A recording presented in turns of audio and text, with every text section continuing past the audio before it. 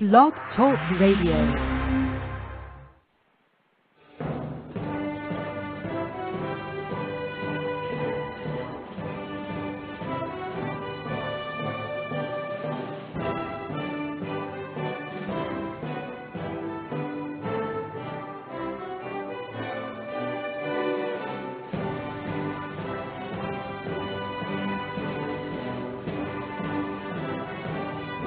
Boa noite, meus amigos. Estamos aqui de volta. Como sempre, invocando a Santíssima Virgem Maria e o Santo Padre Pio de Pietrelcina, para que roguem a Deus que nenhuma injustiça se cometa aqui.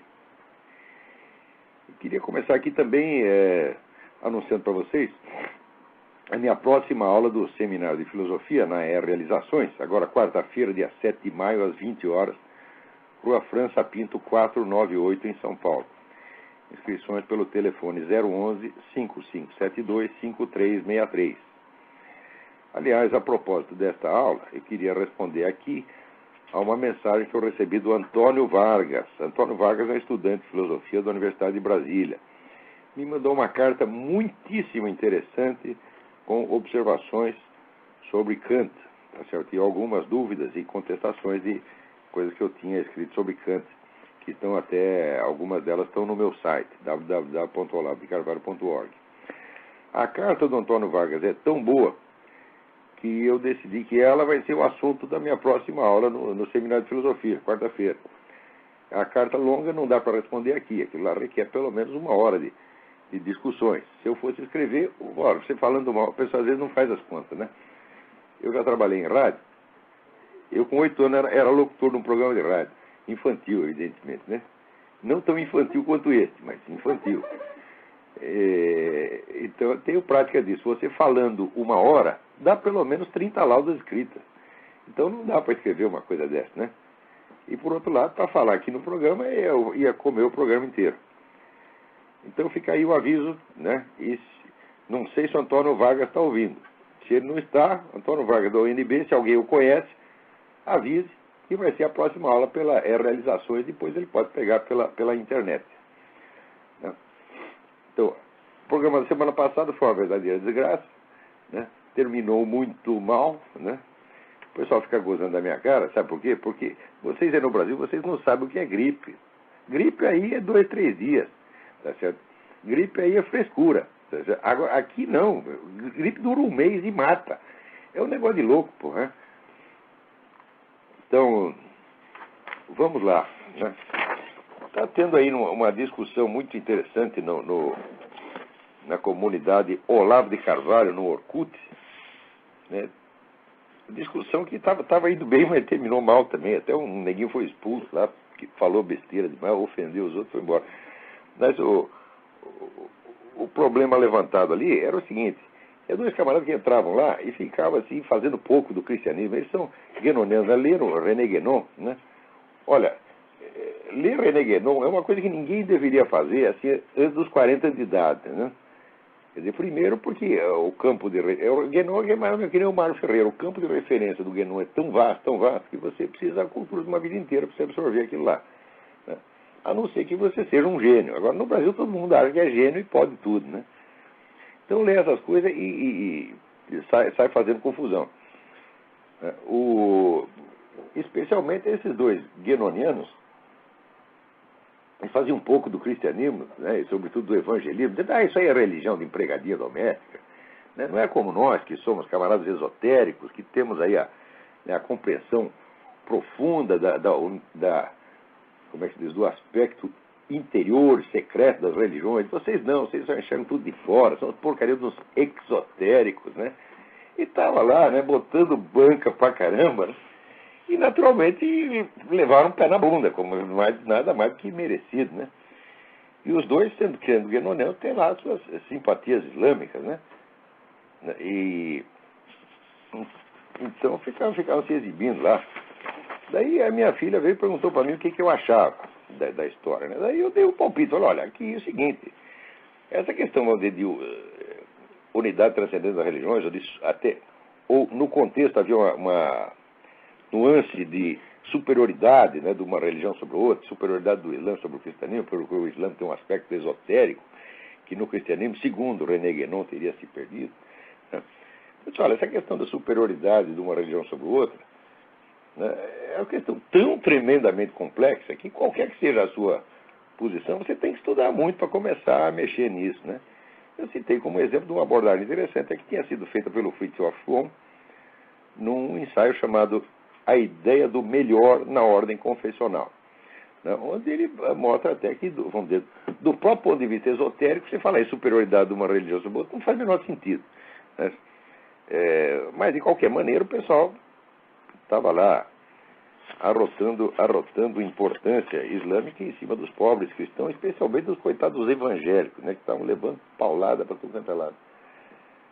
Daí eu entrei e disse, olha, peraí, isso não é assim, né? Nesses assuntos, você precisa, no mínimo, para você ser uma autoridade em matéria de religião comparado, até de uma única religião, você precisa, no mínimo, poder ler os textos dela, né, na língua original, tá certo? Então, note bem que eu leio um pouquinho de árabe clássico, um pouquinho, né, e estudei o Corão, estudei muita coisa da história do Islã, do esoterismo islâmico, e escrevi um livro sobre origens islâmicas, que foi premiado pela Universidade de Al-Azhar e pelo governo da Arábia Saudita. Nem por isso me considero um especialista no assunto, me considero apenas, vamos dizer, um leigo relativamente culto. Posso dar meus palpites de vez em quando, mas não posso entrar assim com área de certeza absoluta, não. Tudo isso é enormemente complicado, enormemente complicado. Daí o neguinho entrou lá e disse assim, o problema é que não é preciso ser um grande estudioso das religiões comparadas e do guenonismo para identificar as bobagens que falaram aqui. Ninguém precisa ser doutor em matemática para identificar um erro de tabuada. Veja, por exemplo, a mensagem do cidadão que trata Schwann, Fritjof Schwann, né, o esotérico suíço, como um guenoniano. Ninguém precisa ser um grande erudito para saber que Schwann era um personalista e, devido às diversas divergências que possuía com Guénon, foi proibido pelo próprio Guénon de visitá-lo no seu leito de morte. E assim vai. Ora, pô, ele quer botar a banca mostrando que ele está por dentro do assunto. Pois ele está totalmente por fora. O nome do rapaz, não vou dar o nome inteiro, né, para não pegar mal, senão a mãe dele é capaz de bater nele. Tá, né? Então, o nome do rapaz é Rafael, né? Então o Rafael entra lá, cagando regra, arrotando grandeza, e de lá que ninguém sabe nada, até acho que o Schwann é um guenoniano, um discípulo do Guénon. Olha aqui, o Rafael, o negócio é o seguinte, quando o Schwann voltou da Argélia, tendo lá recebido as iniciações de uma tariqa organização esotérica, né, islâmica, e se tornado, né, o sheik, o chefe daquela tariqa, e voltou dizendo assim, eu vou islamizar a Europa, né? Naquele momento, Guénon disse, este é o primeiro e único fruto da minha obra. Quer dizer, que reconheceu explicitamente o Schwann como seu discípulo e continuador. O principal e único continuador. Veja a autoridade que ele deu para o Schwann. Foi muito mais tarde, tá certo, que eles tiveram uma briga. Uma briga por causa de um artigo do Schwann a respeito do cristianismo. Porque o Guénon dizia que existia um cristianismo esotérico secreto, tá certo, que só apareceria ali vamos dizer, cujos traços seria vamos dizer, a chamada companheiragem, né, na Idade Média, né, as iniciações maçônicas, etc, etc. E o Schwann disse, não é nada disso. Não existem ritos esotéricos cristãos. Ritos cristãos só existem os 7 sacramentos. Conforme o grau de participação interior do neguinho nos sacramentos, isso é exotérico, quer dizer, popular, externo, legalista, ou esotérico, quer dizer, interior, metafísico, etc, etc. Quer dizer, não haveria duas séries de ritos, apenas uma. E a distinção de esotérico e exotérico, que é uma distinção eminentemente islâmica, que no Islã se aplica formalmente e completamente, se aplicaria, vamos dizer, de maneira atenuada e quase metafórica no cristianismo, designando não duas séries de ritos separados, duas organizações separadas, mas apenas, vamos dizer, níveis diferentes de profundidade da participação, né, do sujeito nos sacramentos. Não é isso?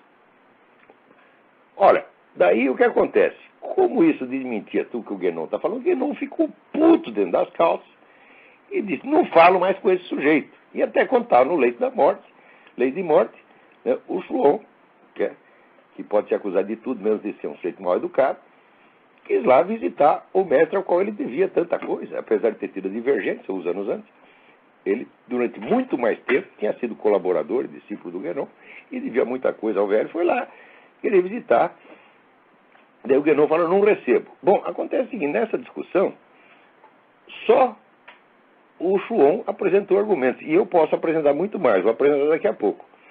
O Guénon se limitou a ficar puto nas calças, quer dizer, é o jus esperneandi, já ouviu falar? Quer dizer, o direito de espernear. Quando você não sabe o que dizer, você fica puto, diz, não falo mais que esse neguinho, tudo isso, sabe o que é? Viadagem, porra, viadagem.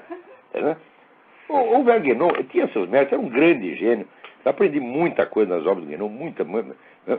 Mas é o seguinte, o Guénon tinha aspectos na vida dele, do caráter dele, que era realmente maluco. Uma vez o sujeito falou que o Guénon era viciado em ópio, eu achei que era difamação, né? E até defendi o Guénon. Pô, foi estudar, não, ele era viciado em ópio mesmo, tá certo? E depois era um homem fraco, assim, ele, quando morreu a primeira mulher dele, ele ficou 2 anos inutilizado. Mas, então era uma pessoa, intelectualmente era um gigante, mas como pessoa era um fraco, tá certo? Então, se vendo em desvantagem, pela primeira vez na vida entrou em desvantagem numa discussão, porque o Guénon era de uma potência, vamos dizer, explicativa, e não argumentativa, ele não argumentava jamais, só explicava.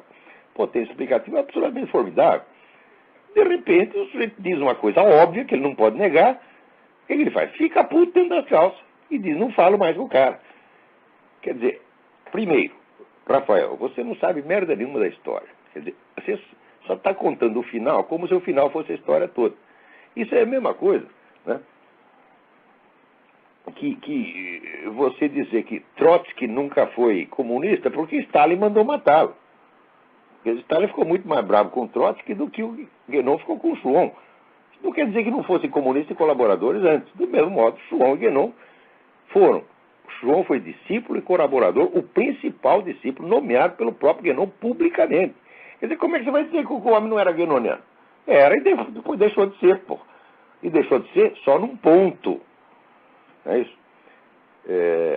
E toda a discussão que tem, fiz a campanha maliciosa, não fez campanha maliciosa contra o outro fez contra um, tá certo? Mas, na verdade, sim, eu nunca vi o Chuon abrir a boca contra o Guénon, tá certo? Agora, eu sei que os guénonianos falam coisas horríveis do Chuon, umas são verdadeiras, outras podem ser falsas. Cá entre nós, eu não tenho nem meio motivo para simpatizar com o Fritjof Chuon, ao qual conheci pessoalmente, tá certo? E que tivemos assim, as piores relações do mundo. Um dia eu vou contar essa porcaria nas minhas memórias, tá entendendo? Quer dizer, eu considero o Chuon assim, um gênio filosófico totalmente destituído de discernimento psicológico o mais elementar para as situações reais da vida, tá certo? E fez lá um monte de cagada, não interessa contar. Isso não diminui a grandeza intelectual dele, quer dizer, não é porque o sujeito pisou no meu pé que ele não presta, tá certo? Então, eu nunca falei mal dele por causa disso. Agora, não tem nem meio motivo para gostar do cara, tá certo? E, no entanto, nessa questão do esoterismo cristão, ele estava montado na razão. Não existem ritos esotéricos cristãos. Isso é uma empulhação guénoniana, porra. Jesus Cristo em pessoa, ele diz claramente o seguinte: não ensinei nada em segredo. Só se ensinou por Guénon, porra. Tá entendendo?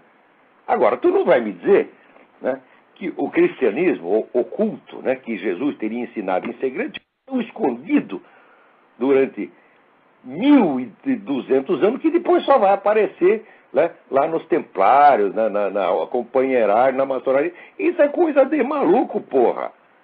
Quer dizer, não há argumento que sustente a tese guénoniana do esoterismo cristão. O Chuon está montado na razão. Tá certo? Então, o outro tem o direito de ficar bravo. Agora, note bem, o sujeito que não se notabiliza pelos seus conhecimentos, conhece um pouquinho da coisa, tanto conhece um pouquinho que acha que o Chuon jamais foi guénoniano. Né? Então, como é que sai aí cagando regra? Olha, pessoal no Brasil, vocês precisam aprender uma coisa. Você simular importância, simular autoridade, você falar grosso, você fingir desprezo pelo outro, é coisa de viado, você está entendendo? Isso é uma mania no Brasil, isso é viadagem. Quando eu falo viadagem, não estou me referindo a conduta sexual, não. Se o sujeito saísse por aí dando rabo, seria menos feio do que isso, porra. Então, olha, eu sugiro que você faça isso, rapaz. Largue de viadagem. Se é para viadar por viadar, tu larga de viadar intelectual e para os finalmente. Tá entendendo? Para com isso. Tá? Essa coisa de fazer pose, não pode fazer isso, gente. Não pode. Você tem que ter o senso da realidade. Não é nem mesmo uma questão de humildade, é questão de senso das proporções. Né? Quer dizer, vamos dizer, o meu livro foi reconhecido pelo governo da Arábia Saudita, pela Universidade de Al-Azhar, que é o centro da erudição islâmica no mundo. O meu livro foi reconhecido como uma obra valiosa e importante sobre as origens do Islã. Eu não saio por aí cagando regra, dizendo, eu sou doutor, sou cobrão em religiões comparadas, eu sei de tudo e você não sabe nada. Não faço isso. Eu só uso o tom de desprezo quando eu estou falando com uma pessoa que publicamente tem um cargo e uma importância, e que deveria ter conhecimentos que não tem, como aquele bundão daquele Alaô Café, mentiroso, tá entendendo? Salafrário, pateta, tá entendendo? Com o qual debati na Faculdade de Direito. Como esse outro merda desse Quartinho de Moraes, tá certo? Ou todos os outros merdinhas que vão aparecendo pelo caminho. São tudo pessoas importantes, senhor doutor, professor catedrático. Então aí, eu mostro desprezo, mas não é afetação de desprezo. Eu primeiro mostro que o nego é ignorante, provo por A mais B que é ignorante, e depois ele insiste em torrar o meu saco, daí eu mando a merda, porra. Agora, um menino novo aí, que lê um pouquinho de Guénon, né? Estudou com aquele professor de incompetência lá, que é o Jorge Pontual, né? Sai aí, virou súcubo do Jorge Pontual, né? Minha mulher está dizendo, não, esse rapaz tem encapetado. Que capeta nada, o capeta vai ligar para ele. É o Jorge Pontual, pô. Tá entendendo? É só o Jorge Pontual que está lá. Tá entendendo? Levar o cara na Igreja Universal, Deus, pastor, sai daí, Jorge Pontual, sai daí. Tá entendendo? Não é nem que nem não. É o espírito do Jorge Pontual que se apossou do rapaz. Tá, mas o Jorge Pontual, pelo menos que eu saiba, é um sujeito educado. Né? Muito mais educado do que eu, pelo menos. Então, olha aqui, Rafael, vê se você aprende. Te deram um pé na bunda, tá entendendo? Na próxima, tu vem assim, primeiro a demonstração, a prova e o ensino. Eu só perco a paciência com os caras depois que eu já expliquei 1000 vezes a coisa, né? E nunca me faço de importante em cima de pessoas que não são representantes, vamos dizer, socialmente aceitos de uma profissão, que são apenas estudantes ou leigos querendo conversar, querendo aprender. Essas pessoas a gente nunca pode tratar mal, a gente tem que, sabe, ter paciência com todo mundo. Agora, se tu for discutir com um professor catedrático, tá entendendo? E você vê que ele é o ignorante na própria área dele, que ele tem obrigação de conhecer, aí sim, aí entramos na esfera da ignorância criminosa, né? Então, aprenda a falar no tom certo, pelo amor de Deus. Muito bem. Agora, queria aqui avisar vocês para que não percam este artigo da Graça Salgueiro, que está no site notalatina.blogspot.com, sobre o referendo na Bolívia. Ninguém está explicando direito o que aconteceu na Bolívia. Aliás, ninguém está explicando coisíssima nenhuma, entendeu? Né? No Brasil, assim, o jornalismo adotou a norma do chacrinha. Eu não vim para explicar, eu vim para confundir. Tá certo? E fazem isso admiravelmente bem e ganham uma nota. Né? Então, olha, jornalista é raça ruim mesmo, entendeu? Eu sei porque eu estou falando como a minha própria turma eu posso falar. Né? Uma vez teve uma greve nos jornalistas que eles queriam, acho que 40% de aumento, 50% de aumento, uma coisa assim. Daí eu estava lá com meu amigo Alcides e disse, Alcides, vou mostrar para você como são os nossos coleguinhas, a cabeça deles, como é que você vê, em quem que o povo confia para lhe dar notícia e contar o que está acontecendo. Né? Daí pedi a palavra, né? Eu falei, só para testar, era uma proposta que eu sabia que não ia ser aprovada de nenhum, só para testar e para mostrar o negócio. Subi lá e disse o seguinte, olha aqui, minha gente, o aumento está certo, não precisa de aumento mesmo, mas acontece o seguinte, aqui nesta Assembleia tem neguinhos que ganham R$500 por mês e outros que ganham 80 mil. Né? Tá aí o Zé Mané, né? Ganha salário mínimo jornalista, e tá aí o Mino Carta, que ganha 80 mil reais por mês, uma coisa assim. Não é justo o mesmo aumento para os dois. Vamos fazer um negócio proporcional. Né? Quem ganha menos tem um aumento maior, e quem ganha mais tem um aumento menor. bicho, quase me mataram, você tá entendendo? Quase me mataram. Aqueles caras que ganharam 80, 90 e tal, você via esse ódio saindo dos olhos deles, né? Raios, né? Verdes, roxos, vermelhos, né? Os caras querem me matar, porra. Né? Digo, olha, é essa gente aí que faz a opinião pública no Brasil. Então, olha, não pode confiar nesses caras, não. Você tem que confiar aqui em quem estuda. A Graça Salgueiro não ganha um puto de um tostão para estudar tudo que ela estuda. E ela se mantém mais informada sobre a América Latina do que qualquer jornalista do Brasil.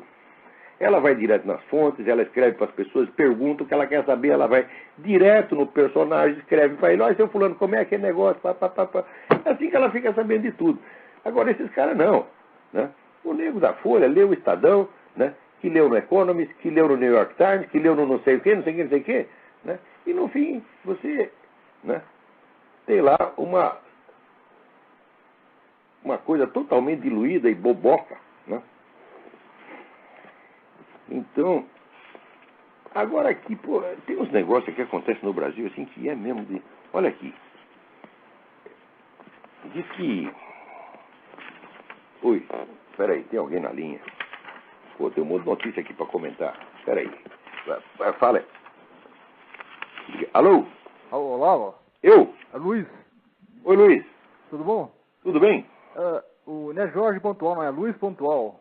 É Luiz Pontual, que Jorge Pontual. Eu tô ficando gaga, rapaz. Você também, né? Leva a sério esse programa. Também o velho gaga que tá falando. Mas não sou eu, não. Não, já tô velhinho, tenho direito à minha cota de Alzheimer. Tem um artigo teu, do cristianismo, esoterismo cristão. Agora você falou que não existe esoterismo cristão, né? Não, existe esoterismo cristão. Eu não li esse artigo. Não, como no Islã, eu vou te explicar. No Islã, o exoterismo, a Sharia, é uma coisa. E separado dele, tem organizações, não secretas, mas discretas, que chamam tarikas. Tarikas quer dizer caminhos, onde os negros fazem práticas místicas que não são obrigatórias para o restante da população. Essas práticas são diferentes. São preces diferentes e às vezes, exercício de concentração, etc, etc. Isso aí não é para a maioria, é só para a minoria. Tá certo? Agora, no mundo cristão não existe isso. O que existe, por exemplo, você tem as ordens monásticas. O que se faz nas ordens monásticas? Exatamente o que faz na igreja, só faz um pouco mais. Você não tem ritos diferentes. Os únicos ritos que tem no cristianismo são os 7 sacramentos. O resto é invenção da cabeça do Guénon. Quer dizer, não tem a menor base histórica ele pretender que existem ritos esotéricos cristãos que dão acesso a um conhecimento mais profundo do que aquele que você pode obter pelos 7 sacramentos. Isso é uma invencionismo total. Agora, na vida e obra do Guénon, também está cheio de invencionice. Né? O pessoal diz que ele é a reencarnação do Conde de Saint-Germain, porra. Inventa um cara... Olha, Leon Robin, Leon Robin é historiador de filosofia grega. Jean Robin, o discípulo de René Guénon, escreve um livro, a biografia maravilhosa do René Guénon. A biografia está indo bem, até que no final ele... Agora eu vou mostrar para vocês a identidade espiritual do René Guénon. E lá vem o Conde de Saint-Germain, vem Cagliostro, vem Paracelso. O homem é a reencarnação dessa merda toda. Como é que nós podemos levar a sério essa gente, porra? Você está entendendo? E depois, aquele livro ridículo do Rei do Mundo. Está entendendo? Não dá para levar a sério aquilo. Por quê? O Guénon usa um discurso. O Guénon, quando ele quer, ele é de uma clareza exemplar. Agora, quando ele quer ser ambíguo, não há quem possa. Naquele livro, no Rei do Mundo, é impossível discernir quando ele está falando literalmente uma coisa referente à fato histórica e quando está usando um símbolo, uma analogia. Não dá, ele encobriu tudo. Você está entendendo? Então, por exemplo, a afirmação de que existe um centro espiritual terrestre, tá certo? Que comanda toda a vida espiritual na Terra. Esse centro, então, como é que se diz? Tem uma localização terrestre, né? Ele está localizado num lugar, então me diga onde é, porra, entendeu? Você pode ter vários centros, né? Tem aquela famosa história do Fernando Ossendowski, que foi parar lá no mosteiro do Tibete, e disseram que lá era o rei do mundo, mas tem... Isso aí não prova absolutamente nada. Tá certo? Tem muito invencionista no Guénon, sim. Tá certo? E, olha, é difícil localizar essas coisas, porque a obra do Guénon é muito complexa, muito rica e muito valiosa, aliás. Tá certo? É só depois de você conviver com isso 20, 30, 40 anos, você começa a perceber, né, que tem coisas historicamente furadas ali. Agora, guénoniano é pior que petista, às vezes. Né?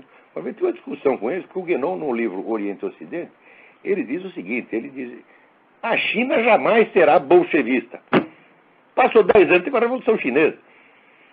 Daí, eu estava discutindo isso aí com um grupo de guénonianos espanhóis, né? Eles ficaram putos, dizendo, não, você não está entendendo, você está tomando sentido histórico material, é no sentido interior. Eu digo, se fosse no sentido interior, eu não diria que é simbólico, não uma coisa histórica. Essa confusão do histórico com o simbólico acontece muitas vezes no Guénon. Ele não pode ficar de joelho para entrar no Guénon, meu Deus do céu. Olha aqui, por exemplo, esse negócio do Vedanta todo. Fala, bom, eu aprendi muita coisa do Vedanta com o René Guénon. Mas aprendi muito mais com o Swami Dayananda Sarasvati, quando esteve no Brasil.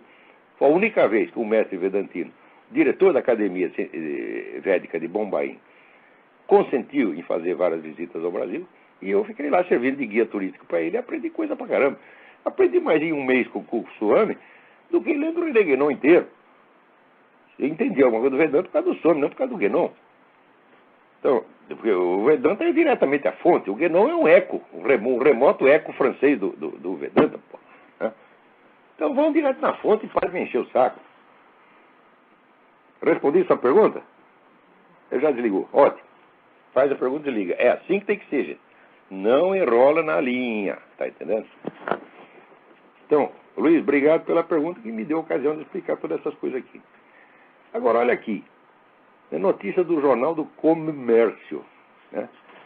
Salvador, Bahia. As declarações do coordenador do curso de medicina da Universidade Federal da Bahia, Antônio Natalino Dantas, segundo as quais o baixo QI dos baianos explicaria a nota baixa atingida pela faculdade no Exame Nacional de Desempenho de Estudantes, ENAD, de 2007, causaram forte reação. A comunidade acadêmica e representantes de entidades do movimento negro do Estado viram racismo nas palavras do professor, taxado também de nazista. Ó, porra, quer dizer que agora baiano é raça? Mas vocês fazem favor de comunicar isso aí a todas as faculdades de antropologia do mundo, que vocês descobriram uma raça baiana. Tá certo? E que, né, dizer que baiano é burro é racismo. Pois olha aqui, eu digo, quer saber? O QI dos baianos hoje em dia é muito baixo mesmo, porque cultura baiana que eu conheço era Castro Alves, era o Herberto Salles, tá certo? Era o Rui Barbosa, era o Romano Galef. Hoje, cultura baiana é o Gilberto Gil, porra. Antigamente era assim, baiano burro nascia morto. A partir da hora que o Gilberto Gil chegou no Ministério da Cultura, lá em Salvador morreu o último baiano inteligente, só nasceu baiano burro depois.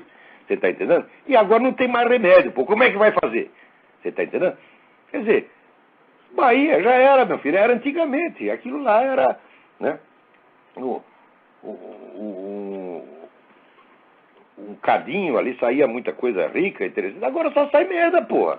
Porque você começa a dar muita importância para essas coisas, valores, entre aspas, culturais, puramente folclóricos, você rebaixa o país. O Gilberto Gil quer que o samba do Recôncavo se torne o patrimônio cultural universal. Ora, o mundo não pode ver se o samba do Recôncavo, né? O que é a teoria da relatividade?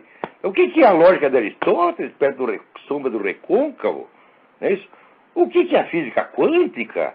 O que é a obra de Bach perto do samba do Recôncavo? Não podemos viver sem isso? Olha, cá entre nós, eu nem sei o que é samba do Recôncavo, tá dizendo? Eu não sei, e ninguém sabe, né? E há o grupo Olodum, esses são valores culturais baianos. Ah, vão vocês a merda, o seu QI tá muito baixo mesmo, você tá entendendo?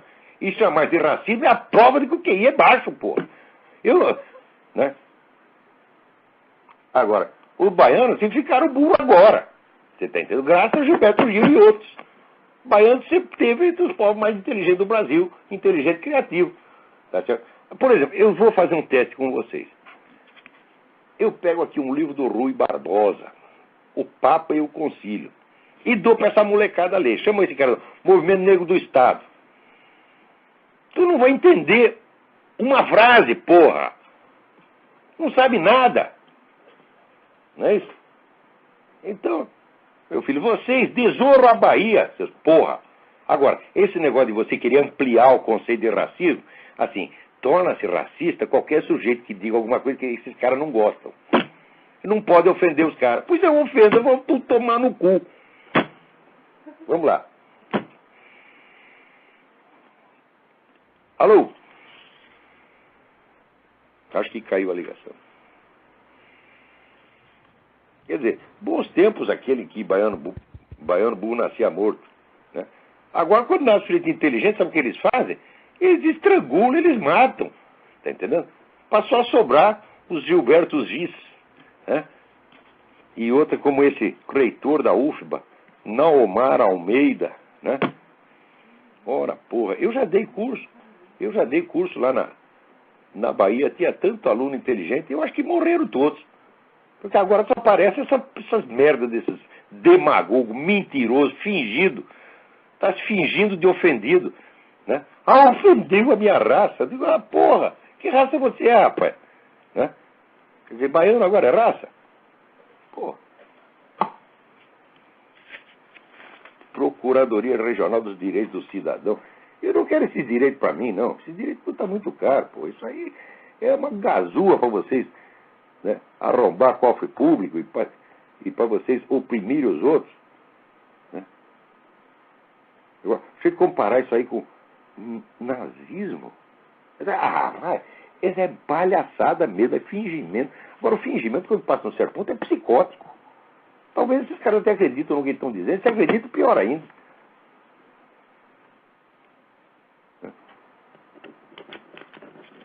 Então, vamos lá. Agora, aqui, estou falando do negócio, está aí Gilberto Gil, que é a ayahuasca, o famoso chá lá do Santo Daime, né? Seja registrado como patrimônio cultural da nação brasileira. Então, já aproveita e já registra a maconha, a cocaína, o crack, não é isso? Porque tu gosta mesmo dessas coisas, essa é a cultura dos anos 60, né? Cara, tudo dos anos 60, tudo ficou idiota com essas coisas. Com Santo Daime, com maconha, com não sei o quê. Agora estão com 50, 60 anos, estão tudo ministros, reitor da universidade, e estão aí passando a sua merda mental para a nação inteira. Isso é uma vergonha. Gilberto Gil, sai desse ministério, tu não tem a menor ideia do que é cultura, sai daí, porra. Larga, você só tá dando vexame. Esse negócio da ayahuasca até saiu na Folha, né? A reportagem muito bem feito do Antônio Galdério, que foi lá, experimentou o chá, então ele descreve como é que é. Né? Se aquilo lá dá alguma iluminação, porra, então, né, maconha deve dar o nirvana, a suprema realização espiritual, porra. Uma vez até Peraí, tem alguém na linha? Alô, quem é? Alô? Alô? Sim, quem é? Olavo? Quem é? Oi, Alex. Você poderia comentar sobre o referendo lá na Bolívia, o resultado lá em Santa Cruz? Eu não vou comentar, porque tudo que tinha para dizer, a Graça Salgueiro já disse. Tá legal. Dá uma olhada no Nota Latina, está um artigo excelente. Obrigado, Olavo. Tchau, tchau. É http sem www notalatina.blogspot.com. Isso mesmo, notalatina.blogspot.com. Não perca, está tudo explicadinho lá. Peraí, tem outra pessoa aí na linha. Vamos lá, quem é? Alô? Alô? Alô? Alô, é Thiago. Tiago, tudo bem? Tudo? Olá, eu gostaria de saber qual a sua opinião sobre a proliferação de pontos de internet estatais no Brasil. Várias prefeituras estão instalando nas cidades pontos de internet livre, só que financiados pelo Estado. Você acha que isso aí seria um meio para... No começo isso é bom, porque facilita o acesso de um monte de pessoa. Mas assim, começa bom e termina mal, você está entendendo? Porque, sabe aquela história só a cabecinha? É assim, meu filho. É assim que começa, tá entendendo? Só a cabecinha. Né? Então, primeiro, nós vamos te dar uns pontos de internet aí. Termina assim, monopólio estatal do negócio. E controle estatal da internet, que nem tem na China. É isso que esses caras querem chegar. Não me enganam, não. Né? Então, se o pessoal sempre quer fazer uma coisa boa, oferece uma coisa boa para você, fuja, porque atrás vem merda. Né? É que nem o famoso nacionalismo, o patriotismo petista, né, que ficou 20 anos enganando todo mundo, só para poder depois recortar um estado da federação e entregar para a ONU, dizendo que a República Indígena tem 3 índios lá dentro, pô. Quero ver quem lá em Roraima não é índio. Né? Eu já andei para aquelas bandas, só tinha índio, o governador do estado é índio, o vice-governador é índio, todo mundo é índio na rua. Né? Agora, tem um índio que está vestido de calça e outro que está vestido de tanga. Então esse aí, né, é o índio oficial. Agora aqui eu recebo uma carta do Alexandre Calina, dizendo: meu nome é Alexandre e moro no Rio de Janeiro. Nessa da leciono História para ensino médio das escolas estaduais. Infelizmente a peste de esquerdista fixou sobre nós professores de História, mesmo que existem inúmeros professores de História que sejam liberais, sionistas e conservadores. Você tem razão, Alexandre, nem todo mundo é filha da puta. Eu sou sionista e venho agradecer ao senhor pelo apoio que tem dado ao Estado de Israel. Infelizmente, os livros didáticos dessa disciplina transmitem aos alunos uma visão totalmente distorcida acerca do conflito árabe-israelense, inoculando aos estudantes uma série de asneiras antisionistas. Não só asneira, Alexandre, isso é ódio, preconceito absurdo. Porque, falando de imperialismo israelense, esses caras são loucos. Você olha o mapa, olha o tamanho de Israel e olha o tamanho dos outros. Tá certo? Quem fala de imperialismo não é uma coisa que se pode discutir seriamente. Você tem que responder, vai tomar no cu. Você está entendendo? Imperialista tá certo? É a sua mãe, sua avó, sua tia. Tá certo? Israel não. Tá certo? Quer dizer, se vierem com essa conversa, ser educado não, porra. A gente tem que ser educado com pessoas que tenham ideias que sejam apresentáveis. O cara me vem com teoria maluca, vem ficar. Por exemplo, né? Israel é imperialista, ou que ayahuasca é patrimônio cultural da nação brasileira, só tem uma resposta e vai tomar no cu. Porque se você discute educadamente, eles ficam com a impressão de que o que eles estão falando é sensato. Né? Agora aqui, puxa, tem uma carta da Tânia com J. Tânia, eu vou ter que deixar essa carta para depois. É muito comprido o negócio aqui, está muito boa. Olha,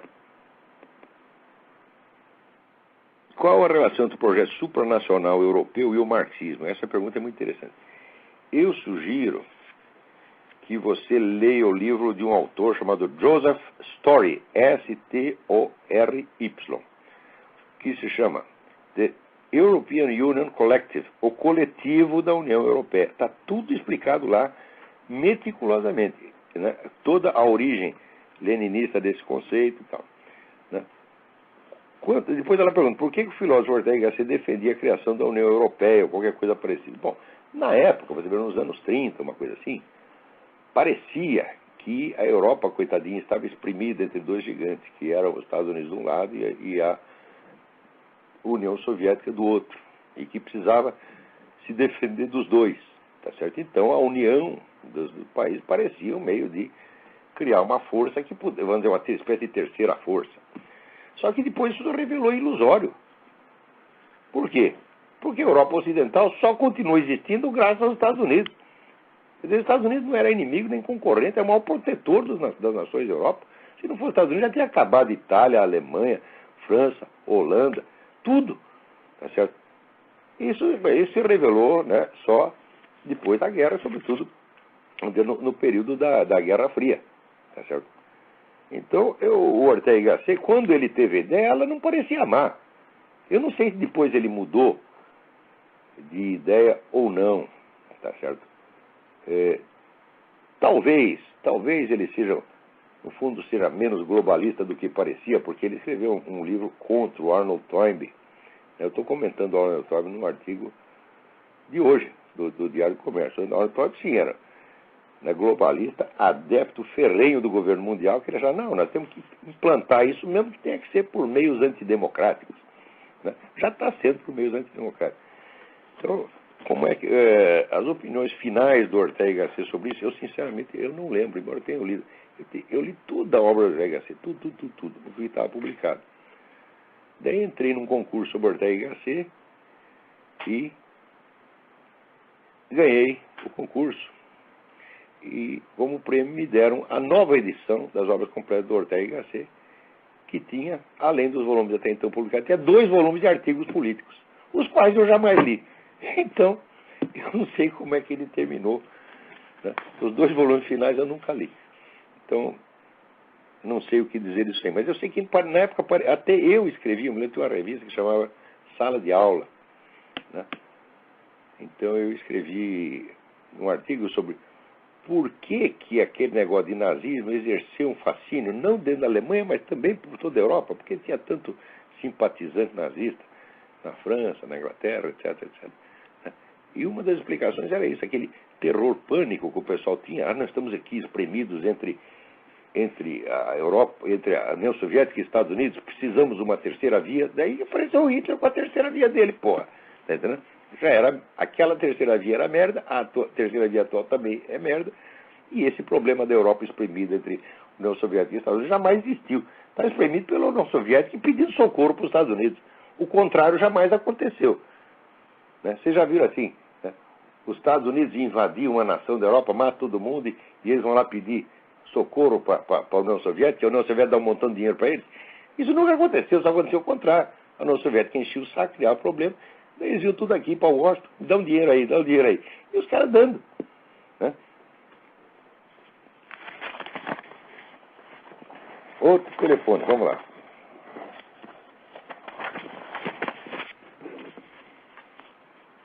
Alô? Alô? Quem é? Oi? Oi, Melhor da quem é? gripe? Estou bem melhor. Eu também peguei uma gripe brava essa semana. A gripe aí no Brasil é brincadeira. É, que gripe no Brasil é brincadeira? Você não mora no Rio, cara, nem sabe como é que é. É, no Rio o negócio parece estar bravo, né? Tá bravo, peguei dengue também. Ah, é gripe, dengue, é. Liguei pra você, falando pra você. Não deu nem pra falar porque tava no final do programa, no penúltimo programa, eu sou a Cláudia. Sugeri ao Lula que ele importe uns vírus daqui, porque o... É mesmo? Então, olá, você tá xingando muito, cara. Ah, não tem não, então é muito pouco. É muito pouco. O que, Olavo? Tem um estoque de palavrão suficiente porque esses caras merecem. Mas você não precisa bater na mesa, Olavo. Não precisa o quê? Bater na mesa, socar e xingar. Você Não tem fica feio isso. É, você tem toda a razão, não bate mais na mesa. Não bate, mas na mesa não tem nada com isso. Você tem razão. Também você não acha? Você tá estragando o móvel. Por quê? Por causa dos outros? Mas você não vê que ela está se cuidando? É? Então, Eu fumo pra caramba também. Você tem toda a razão, não bate mais na mesa. Você tá fumando muito? Manda os caras aqui, Hum. eu bato neles pessoalmente, não na mesa. Você bate O mesmo? ministro, esses caras. Ah, eu queria tanto ter esse. Você acha que o Gilberto Gil fuma crack? O sonho da minha vida Hum. é um dia estar em alguma recepção oficial muito elegante, em que apareça lá o seu Lula, o seu Gilberto Gil, o ministro todo. Né? Você me chama pra ir junto com você? Ai, você tá entendendo? Tchau, Olavo, beijão, fica com Deus. Tudo bom. Ó, Lígia mandou um abraço pra você, Obrigado. tá? Tchau. Tchau. Então olha aqui que coisa que saiu aqui na BBC, no site da bbc.co.uk. Né? Uma investigação realizada pela BBC encontrou evidência de que tropas de paz das Nações Unidas na República Democrática do Congo teriam fornecido armas para a milícia e contrabandeado ouro e marfim. Olha, gente, a história da ONU é uma sucessão de merda sem fim. Vocês leem um livro de um autor que chama G.G. Edward Griffin, Griffin, que se chama The Fearful Master, o Senhor Temível. É a história do que é verdadeiramente a ONU. Né? Quer dizer, a ONU já é campeã de pedofilia. Né? Isso quer dizer, aqueles assistentes sociais da ONU na África, chega lá, come um monte de menininhos, é gozado. E esse pessoal aí do movimento da direito do cidadão não acha que isso é racismo. Quer dizer, você comer as bundinhas dos pretinhos, tudo lá, se aproveitar dos caras que estão precisando da sua ajuda, eles vêm para o assistente social, contando com a caridade, com a proteção. O sujeito o que faz? Baixa as calças aí, moleque. Ora, pô, o que é para fazer com um sujeito desse? Cortar-lhe a cabeça. Agora, esses, eles não chamam de racista, não chamam de nazista, nem coisa nenhuma. É isso. Quem é? Alô? Tem mais alguém na linha aí? Alô, Olavo? Sim, quem é? Ronaldo, São Paulo. Ronaldo, tudo bem? Tudo jóia, Olavo. Olavo, uma coisa. Há um tempo atrás eu escutei um programa seu falando sobre paramilitarismo na Colômbia. Isso. Eu vivi na Colômbia 6 meses, voltei para o Brasil faz pouco tempo. Aham. E, bom, conheci bastante gente por lá, muito uribista, muito anti-uribista. E o que se ouve por lá é que desde que ele foi governador do estado de Antioquia, cuja capital é Medellín, ele apoiou o paramilitar e continua apoiando até hoje. E, inclusive, existem ainda grupos paramilitares ativos, que ficam mais aí no interior da Colômbia, mais ao sul e mais na região da costa do Pacífico. Uai, mas se eles estão em ação, por que não se vê a ação deles? A da ação da a gente vê, soltaram bomba não sei aonde, mataram não sei quem, fizeram atentado não sei onde, tem não sei quantos prenderam não sei quantos reféns, né, traficaram não sei quanto de cocaína. Me diga uma ação feita pelos paramilitares. Pois é, sabe de alguma? 6 meses que eu tive lá, eu não vi. Da Farc, sim, sempre se ouvia falar uma coisa ou outra. Então, uma coisa é falar, a outra coisa é mostrar. Exatamente. Eu acho que, eu vi que no desejo de mostrar alguma ligação do Uribe com paramilitares de direita, ligação que em si mesmo não teria nada de mais, porque na hora do aperto você recorre a quem pode te ajudar. Né? Você faz aliança até com o Satanás, para se livrar da encrenca na hora do desespero, né? Então, mas para provar isso, até falsificar uma foto, a foto é evidentemente trabalhada. Tá certo? Sim, eu ouvi você falar dessa foto, mas eu não a vi. Como se fosse a mãozinha atrofiada, né? Coisa ridícula. Agora, cadê a ação dos paramilitares? Se eles existem e estão em ação, bom, me mostra alguma coisa, me mostra uma bombinha, me mostra uma vítima, me mostra um coitadinho da Farc que foi morto por eles, né? A gente vê a ação da Farc e vê a ação do Exército. As duas ações são absolutamente espetaculares. Agora, e os pontos paramilitares? Que eu saiba, eles devolveram as armas e foram tudo para casa. Por quê? O Exército assumiu a coisa e assumiu maravilhosamente bem. Para quem precisa paramilitar? Isso eu posso dizer, porque eu viajei nas estradas lá de ônibus e tem barreira do Exército em todo lugar. Então, o que o Uribe fez é o seguinte: vamos parar com essa bagunça. Quem tem que intervir nisso é o Exército. Né? Então, olha, que eu saiba, a popularidade das Farc lá é 3%, a do Uribe é 89%, uma coisa assim. Né? Eu posso confirmar para você. Não está gostando. Agora, Fidel Castro não está gostando, Lulinha não está gostando, Lula e Lulinha não estão gostando, né? Quartinho de Moraes não está gostando, Gilberto Gil não está gostando, PT inteiro não está gostando. Quer saber? Que vão a merda, pô. O Uribe é um presidente do sucesso, ele fez o que tem que fazer, não é nenhum santo, tá certo? Mas é um presidente regular. Vem comparar ele com Lula, veja a situação econômica da Colômbia comparada com a do Brasil. Do Brasil, assim, o PNB cresceu 0,5%, né? A turma, viva São Lula! Que coisa absolutamente miserável, porra! Miserável! Eu vou comentar um negócio para você. No meio da década de 80, né, a Fundação Getúlio Vargas descobriu que entre 50% e 60% da economia brasileira era economia informal. Quer dizer, era fábrica clandestina, era negócio sem nota fiscal, era firma sem registro. O que quer dizer isso? Quer dizer que o povo, sem a ajuda do governo e sem perguntar nada para o governo, estava resolvendo seu próprio problema.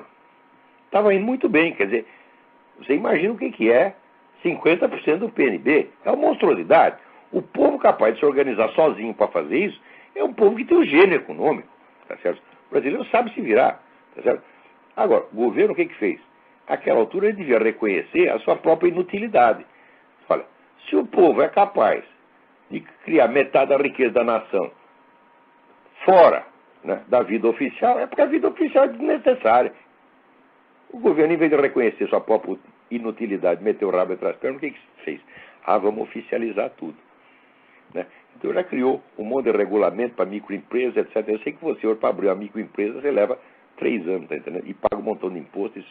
E o governo oferecendo ajuda. Quando oferece ajuda, mas está te estrangulando, porra. O microempresário está ferrado. Quer dizer, o governo que faz isso, o que é para fazer com ele? Um pelotão de fuzilamento? Não sei. Mas pelo menos um pé na bunda tem que ser. Tem que ter um pelotão de pé na bunda, né? Você põe lá meus condenados, tudo, manda baixar as calças, e vem o soldado com aqueles coturnos bem pesados. Dá um pontapé na bunda de cada um e manda para casa. Agora, comparar o governo que faz isso com o do Uribe, que em situação de guerra levantou a economia do país. Ora, você quer falar mal do Uribe? Lava a boca. Alô, tem mais alguém aí? Oi, ainda. É você que está na linha ainda, é o mesmo? É o Ronaldo? Alô? Epa, agora tem duas pessoas na linha. Ah, não, o Ronaldo desligou. Quem é agora? Agora é a Lígia. Lívia. Lígia. Lígia. Lígia. Tudo bem? Tudo bem, e você? Oi, Olavo, olha, é o seguinte, ó, antes de mais nada, eu estou bancando a Tiete aqui, agradecendo você pelos momentos de, sei lá, a gente se descontrai ouvindo seus programas e tudo mais, é muito gostoso ouvir você. Tá vendo? Palavrão faz bem, todo mundo quer xingar, eu xingo por eles. Foi muito divertido. Não, sem brincadeira, você é muito divertido. Agora, fora Obrigado. isso, eu também estou mandando um abraço aqui da turma toda do Olavo de Carvalho nos odeia, que apesar do pessoal parecer que te detesta, todo mundo te ama. Eu também amo eles, isso aí é uma parte. Sim. Viu? Pode falar mal, eu não ligo, não. Uma coisa que eu queria perguntar para você, que até hoje eu não sei o que é, paralaxe cognitiva. Paralaxe cognitiva é o seguinte, bom, temos aqui 5 minutos, putz, a vida está ruim. Bom, a paralaxe cognitiva é um fenômeno histórico que eu acredito ter identificado numa certa fase da história do pensamento no Ocidente e que se caracteriza, vamos dizer, pelo deslocamento entre o eixo da experiência pessoal real do cidadão e o eixo da sua construção teórica. Quer dizer, o nego que raciocina não a partir de premissas que ele possa reconhecer na realidade, mas de coisas puramente inventadas. Ah, tá. Quer dizer, isso começou no período em que surge o chamado idealismo filosófico. Né? Você sabe, aliás, até agora mesmo estava lendo aí no livro maravilhoso do Louis Lavelle, dizendo que a experiência básica humana é a da presença do eu no mundo. Nós logo sabemos, com 1 ano de idade, você já sabe que existe você e que existe o mundo. Certo. Agora, o idealismo foi a filosofia que quis descrever o eu independente do mundo, fazer a abstração da existência do mundo e descrever tudo como se passasse na mente humana. Nesse mesmo período aparece a paralaxe cognitiva, em parte como um efeito do idealismo filosófico. Como uma experiência subjetiva, daí no caso? É uma experiência artificial, na verdade. Certo. É muito artificial. Né? Onde, por exemplo, um sintoma disso é quando o sujeito, o filósofo, o cientista político, o pensador, ele enuncia pretensas verdades gerais sobre a espécie humana que, na prática, não se aplicam a ele mesmo. Quando Thomas Hobbes, por exemplo, diz que as únicas motivações do ser humano, né, são o desejo de poder e o terror, eu digo, meu filho, então me explique por que você foi estudar tanta ciência, tanta matemática, por desejo de poder e terror. Você devia estar roubando os outros. Né? Eu não acredito que você possa explicar o desejo de conhecimento, o amor ao conhecimento, nem pelo terror, nem pelo desejo de poder.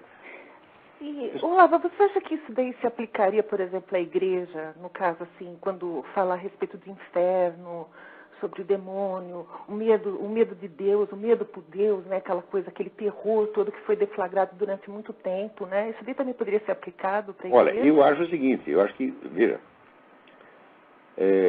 quando a pessoa ouve essas coisas e se impressiona demais, se impressiona de maneira errada, isso exerce um efeito paralisante e emburrecedor, que é uma coisa terrível. Sim. Você está entendendo? Certo, porque eu ouvi você falando... eu acho que de uns séculos para cá, o sentido simbólico da coisa toda foi se perdendo, você está entendendo? Sim. E entrou mais num moralismo repressivo. Se você estudar a vida na Idade Média, você vê que os caras eram muito mais tolerantes, eles estavam interessados na salvação das almas e não em policiar a conduta externa. Ninguém no mundo jamais será salvo pela sua conduta externa. Sim, concordo.